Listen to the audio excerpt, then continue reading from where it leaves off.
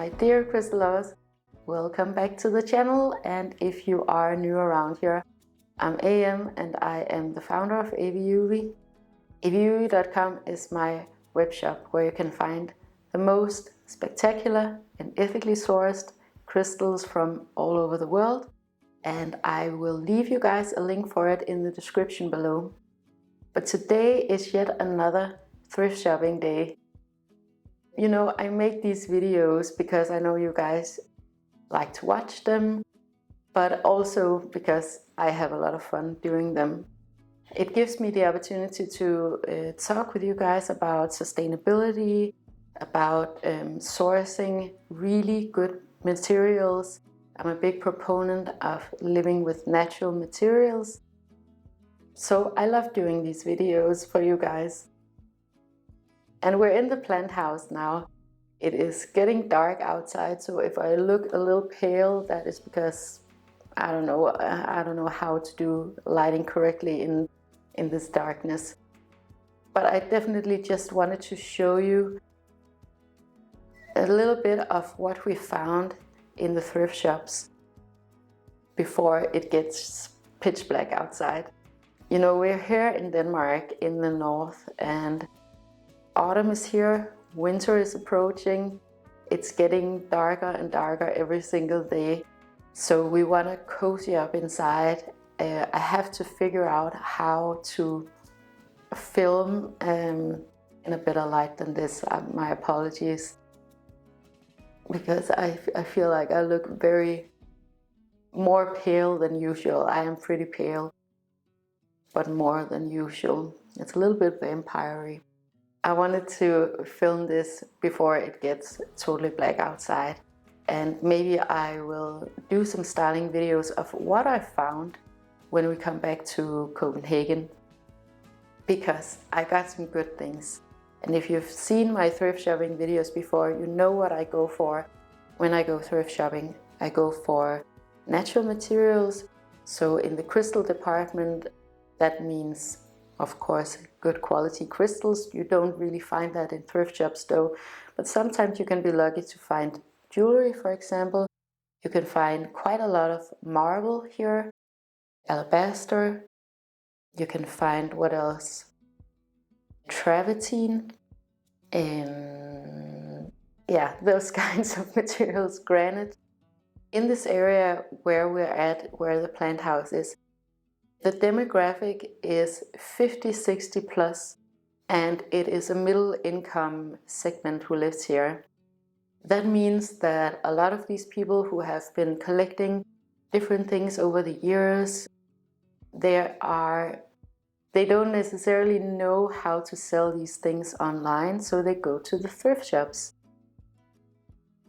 which is great for me because I can find all of these treasures that I wouldn't be able to find in Copenhagen, for example.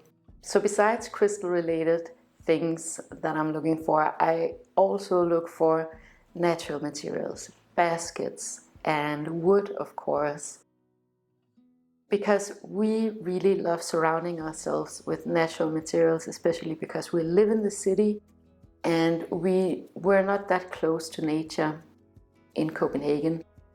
Copenhagen is a great city in many ways in terms of being a green city, but it's not like it is here, where we have the beach and we have the woods and the garden and everything. So because we live in an apartment, we definitely want to surround ourselves with beautiful natural materials. We feel that it makes us a lot more calm and a lot more connected. I divided it into some different groups because I have quite a few things to show you guys today, because we were lucky. And the first ones that I'm going to show you is in the crystal department. By the way, everything that I'm going to show you today is less than $7. So it's also very, very inexpensive to go and thrift shop here compared to the bigger cities. And plus you can just get so much in really good quality. And yeah, like I said, these are objects that the people who live here have collected their entire lives. And things were just made very differently back in like 40 years ago or 30 years ago than it is today. Back then there weren't any like fast interior design or fast fashion and fast jewelry, so things were just made a lot better. So I want you to keep that in mind, that everything here was individually, like the individual things that I'm going to show were all less than $7. And I want you to keep it in mind when you think about going and buying something from IKEA or H&M or Zara Home, because you can actually get so much more value for your money if you go to a thrift shop. Maybe you have to look a little bit around, but if you find like a good demographic like the one that we have here, I am sure that it's the same thing everywhere, right? Let me know in the comments if it's different where you live, but I do have this theory that if you find like a middle income area where the demographic is 50, 60 plus, you are probably gonna be in luck when it comes to these things. So the first thing that I'm gonna show you is this. So it's basically a bag of lava stone. You can get a lot of cut and polished crystals in thrift shops, unfortunately, here. I am not that much into cut and polished crystals, and I would most definitely not go out and buy newly produced cut and polished crystals. Why I got these ones are actually not as for jewelry. It's actually because I was a little bit inspired by a company called Madeline, and I've talked about them before here on the channel. They have these diffusers where they put on essential oils on lava rocks, and I wanted to try it out with these ones. So put them in a bowl and put essential oils on top of them and use them as a diffuser. So I'm really super curious about trying that. And then I got a couple of other things. So this one is an alabaster bowl, or I don't know exactly what you would use it for. You could definitely use it for food or for jewelry. Maybe this one is gonna be my lava stone diffuser. That would be fun, right? So you can just take off the lid and put in the essential oils. But I have different things in this material. I'm pretty sure that people get this when they travel to Egypt, for example. We have some family members who travel a lot in Egypt, and I know you can find this type of alabaster in Egypt and Morocco and those places. Again, it's something that I wouldn't go out and buy newly produced, only because I like for things to be sustainably sourced, and I wouldn't necessarily know that. But because it is secondhand, it definitely has more of a sustainability, a level of sustainability than if I went out and got it from new. Plus, I love the color of it and the look of it. So it's perfect. Then I got this bowl, and I am actually not sure what type of stone this bowl is in. I haven't come across it, but it looks a little bit like a type of granite. It says it is from 1962, so that's pretty interesting. There's a label on the bottom. And yeah, I just really enjoyed the color and the texture and the tactility. You know, that's why I really love these materials, because they're so much more interesting than something that is artificially made in plastic, for example. Yeah, so this one was definitely a treasure, and again, it was less than $7. Then I got even more of these, you know, I've found these before. So this is a type of marble that was super popular when I was growing up in the 80s, and everybody had this marble. This one is a little bit darker, and I found that really interesting and pretty. And we needed these egg cups. I think they're named egg cups. Or I think they're called egg cups in English. I couldn't remember the last time, but yeah, but they're great for like setting a table and decorating. Really pretty, and they of course will last you a lifetime because it is solid marble. I know that some companies sell like a type of these egg cups, CB2 and West Elm, but they were super popular in the 80s, so you can definitely find them in the thrift shops around here. So then I got this big marble plate or marble cutting board. My best guess is that this is actually a newer production. This could most easily be like a recent production that you could get at H&M Home, and I got another one too. So this type of cutting board, and I've definitely seen something like this in stores too. But I mean, why not just get them thrifted? Because this one is in perfect condition. It looks like it's never been used, and they're great for charcuterie boards and like tapas, and just for displaying beautiful things, to be honest. But I'll show you how I would style it up when we come back to Copenhagen.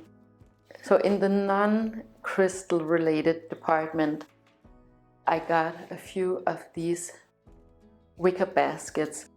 I love willow baskets and wicker baskets, and I don't know why, it's like a recent thing that I've been into.